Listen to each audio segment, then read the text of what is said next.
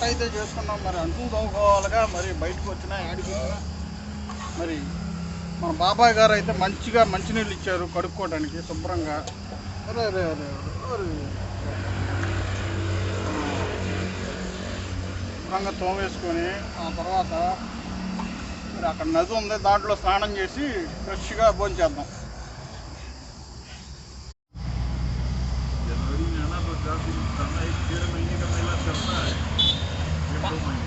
पानी अच्छा अच्छा पानी वो ड्रिंकिंग वाटर